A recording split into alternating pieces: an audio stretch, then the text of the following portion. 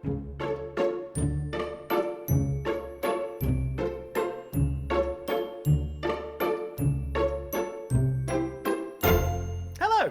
Welcome to the Tavern Between Dimensions, a monthly tabletop RPG podcast. My name is Carl Durnish, and I shall be your bartender for your time here today. Joining me for service, as always, is the Dungeon Master for the Explorers of Elsewhere, Dan Tyree. Greetings, Earthlings. And Nicolas Cage's voice coach, Anton Bain. Hey man, it was a good gig. And because one of the dimensions has lost their front door key and everyone is waiting here until the second gatekeeper turns up, we've had to get some help. And we have so in the form of Chris from Roll Dark. Hey, how you doing? Hey, Hi Chris. not too bad. Not too bad at all. For the people at home who don't know who you are, Chris, why don't you tell us a little something about yourself? Sure. So I'm a professional DM. Save your booing for later. I'm probably a forever DM in the home games that I play as well. It's just one of those things that you kind of slip into, I suppose, unfortunately, or fortunately, depending on how you look at it. But yeah, I in terms of D&D, I run Dungeons and Dragons games and other TTRPGs for Roll Dark in a professional capacity. Fantastic, amazing. Which we'll learn all about very shortly when we finally hit the first segment. Full disclosure, guys, I managed to piss off a lich, and he did curse me with a little bit of COVID. So I may not be on the best of forms today. Contagion, 3rd level spell. That's why I got you all to drink that potion before you came in today. So, Yes. With that, let's go into the first segment.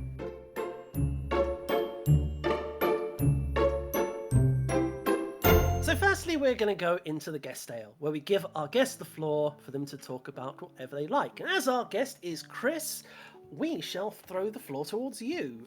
What have you brought to the table today? Sure. So I wanted to talk a little bit about pro DMing, being the corporate shill that I am.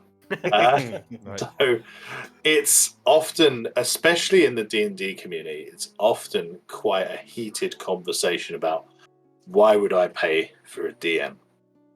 Yeah. If you... Wait, you guys are getting paid? Don't tell Dan. Well, yeah. Well, this is the thing, Dan. If you're a great dungeon master or games master or storyteller like yourself, you know Thank you. how much effort and how much time goes into that. If you look at your actual play stuff that you do, the maps, the tokens, the voices, the scripting, you know, all of this stuff, it takes up a lot of time. Now, if you've got a great dungeon master or games master or storyteller, and they do all of this stuff for you, be very thankful and bring them pizza every time. Do not take that for granted. But for a lot of folks, especially with COVID and things like that, they either don't know enough people to play with, or they want to try and meet new people, or they want to try new systems, or they want to try a certain type of campaign.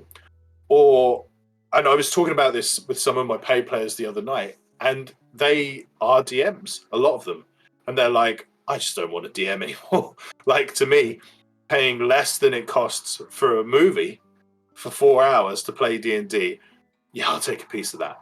Like, that's fine, you know. And so we run a couple of different types of things at Roll Dark. You can take part in the weekly campaigns, which run about £16 to £18 a session. And that's like every week you're playing a game. So I'm running one at the moment called Hellscape, which is fully booked. And you can join up, you can buy a ticket, like a weekly ticket or a campaign ticket for all 8 sessions. And you turn up without any worry. I'll have done everything for you. And you will have 4 hours, so from 7 to 11, and you will play in that game. Awesome. Or, as a company, you can book us for some kind of corporate event. Team bonding, that kind of thing.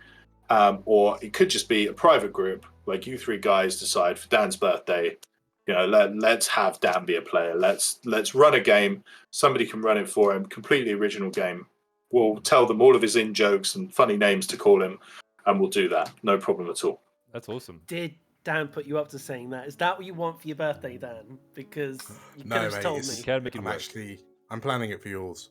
But I mean, what you were saying about the corporate gigs, like, That's is it interesting. it's an interesting world that we're in, right? Because when I think of like corporate team bonding events, I think of begrudging paintballing days, where obviously everyone's just using an excuse to shoot each other. But yeah, I get now we're in a cultural climate where actually kind of getting together, playing D&D, or Kinda cool. other stuff. That's a legit avenue Sure. for entertainment. I think people would be surprised as well. Some of the clients I've had, I can't divulge names, but like if I give you industries, banking, auditing, that's not to say we haven't had video game companies, NFTs, all these kind of guys who are involved. Yeah, but at the same time, banks, auditors, it's absolutely nuts to me. And we do it time and time again because we do it well. And these sessions are always built around team building, about icebreakers, that kind of thing built into D&D. So one of the sessions that I run, which has a pun on a popular TV program called The Holy Way is Chessex, set in a church in Chessex. Yeah. They get to a tomb, and it's an old ranger's tomb. And this ranger is known to be a beloved carer of animals. So for the door to open to the crypt below, everybody has to tell him or his ghost what their favorite animal is and why. A simple thing like that with 8 people in a circle who are on an icebreaker session. And then afterwards, the feedback has always been, they talk about their dog, or they talk about their love of penguins or something like that now. So you're getting that. And there's a division often between puzzles and combat, playing to their strengths, and that kind of whole piece where people can really come together. I think it's a really powerful tool. That's really, really, really cool. I've actually never thought as D&D as a corporate team building tool, and that's really, really fascinating because D&D tickles so many areas of my brain, and there's so many aspects to it. There's a social aspect, there's a mechanical aspect, there's a strategic aspect to it. So it's like, well, yeah, obviously this actually could be a great team building tool, much better than paintball, where you just have foggy lenses and get up and getting shot at. So I've played D&D with at least 5 members of the senior management team at my company, and 2 of them were the guys that convinced me that I should go and do this as a side gig, as a professional gig on the side from my day job. You would be surprised, especially with Stranger Things, Rick and Morty, all this kind of stuff now. You'd be surprised how many people want to try D&D. And for guys like us who are really into the rules and want to read 500 books, it's great. If someone just wants to turn up, I can literally set up a game in 5 minutes with a web browser and say, hey, what sort of character? Do you want to play like a Conan the Barbarian, or do you want to be Legolas the Archer? Like, do you want to cast wizard spells like Gandalf the Grey? Like, all of that stuff is really easy to do. And they just turn up, plonk, they're there, and they can just forget about everything for a few hours. Perfect. Like, that's how easy it is to do. What sort of problems have you had with professional DM? Because I know there seems to be a big sort of stigma around it, but it genuinely sounds like it's actually quite a fun thing. But I know there's a lot of people who look at it and, they just see it as another corporate attempt at trying to monetize a hobby, but it's not. So how have you overcome those? Honestly, I haven't. Naysayers. Because, so for me, I have Roldark acting as an agent, so they will go out and they will find me the players. So for me, I haven't, but when I've talked to other folks about it, it's like, well, hold on, you're a player. Why are you getting something out of this? And I'm like, yeah, I do get that a little bit, but also the narrator of an audiobook is reading a book and they're enjoying it. Like, when I worked in bars, I used to enjoy making cocktails and I used to enjoy pouring pints and hearing the stories. Just because you enjoy your work doesn't mean you should get paid for it. And let's be honest, for every DM, there are 20 players, I would say, is the ratio. Now, for every one of those DMs with 20 players, you can't play a game with 20 people. And you might not want all of those players in, and you might need somebody who's a little bit easier going on things like rules, who's able to explain things, who has a little bit of knowledge, but also has that management experience to take a group and figure out how to use that to make sure there aren't any tables or hostilities. That's the kind of skill set that brings you in. With Roldark, we've all done acting work or voice acting work. So, for example, one of the guys who's one of the DMs was a voice actor in the new Diablo mobile game. So you're getting these guys of a high caliber who've been on screen and stage, who bring in ridiculous voice acting, by the way, far better than me. And they will take you on a journey. That's the point. And it's not just that. You could have somebody doing a Foundry game. You have somebody doing Roll20. You could have somebody doing Theatre of the Mind. All of these things are all available to you with different levels. I guess you can pick the campaign or setting that you want, right? If you have several DMs available. Of So course, yeah. in that aspect, that's also like a plus thing. If you really want to try something out, but don't have a campaign you can jump into, then that's an opportunity as well. Yeah, and I think a lot of it starts with almost like a virtual one-on-one session zero. So you say, so this is what's going on at the moment. This is where I see you fitting in. What would you like to do? Like, and then you work around it with them. Now, it's not just that game. I have a server upkeep to keep up. I have every D&D source book available, which means that my VTT also has every source book available to it, as well as numerous third parties. I have a Hero Forge professional subscription so that they can get their tokens made up. There's all kind of like maps, all kinds of things, even down to a spell effects module that I Patreon for Foundry. All of that stuff needs to be taken into consideration when you're considering those costs. The 3 years I've been with Roldark, I'm just about to do my 3rd in-person game. Everything else has been online. Oh, really? Yeah. Okay. Oh, interesting. I thought there'd be a lot more events where you go there and meet people around the table. But most of it is online. I would imagine there would have been a lot more, but as Carl's current sickness proves. That is true. Don't upset liches. Yeah, it's the Mummy Lord's rot is definitely soaring its way through at the moment. And listen, it's okay because we understand that and we know that. We are open to face-to-face bookings, but typically, as an example, a couple of weeks ago, I ran a game where half of the group was in Ireland and half was in Tokyo. So you have to take that into consideration, right? Like I've ran games for guys in China. By being online a lot, it opens up the entire world to us. Now, some of the guys just recently flew over to Malta to run games for 3 days. So there's all kinds of stuff that goes on there. Interesting. And there's another type of clientele we haven't mentioned yet. And it's persons with special needs, right? Yeah, so there's a whole bunch of stuff that I do outside where it gives folks with different needs or neurodivergent a chance to really express themselves, shall we say. So some of the guys that I run it with, they might not talk for 2 days and then they won't stop talking at me for an hour. So it's really important to give that expression out and to allow folks an opportunity to really do that, because it is something that you can really sink your teeth into and really escape with. And I think that's really important these days. Yeah. And I think especially with people with autism, for example, having the confines of a game and the structure there, I think helps with the social aspect of like communicating, because there are those limits and those specific limits on that. I think there's been studies on that and how it can help bring out some people. Yeah, I mean, it's to me is the most wonderful thing, because if you can imagine how folks who are neurodivergent, oftentimes this absolute focus on video games, if you can take that video game out and say, well, actually, you've got to do this with 5 other people around a table, and then they've got a social aspect, and then you say, well, now you've got to work with them and through them, then great. Suddenly you've got a hook there. Like kind of running off the back of that, something I've been looking into is this kind of more therapeutic side of role-playing games. And once upon a time, I wouldn't have ever really kind of put the two ideas side by side, especially for for people who are neurodivergent. As long as the game is run in a suitable manner, it is naturally kind of therapeutic. I know that there are, certainly in Bristol, there are charities that will happily take effectively professional DMs to run games for their clients, because once everything's boiled down, they can tick a box and classify that as therapy, as a service that they provide.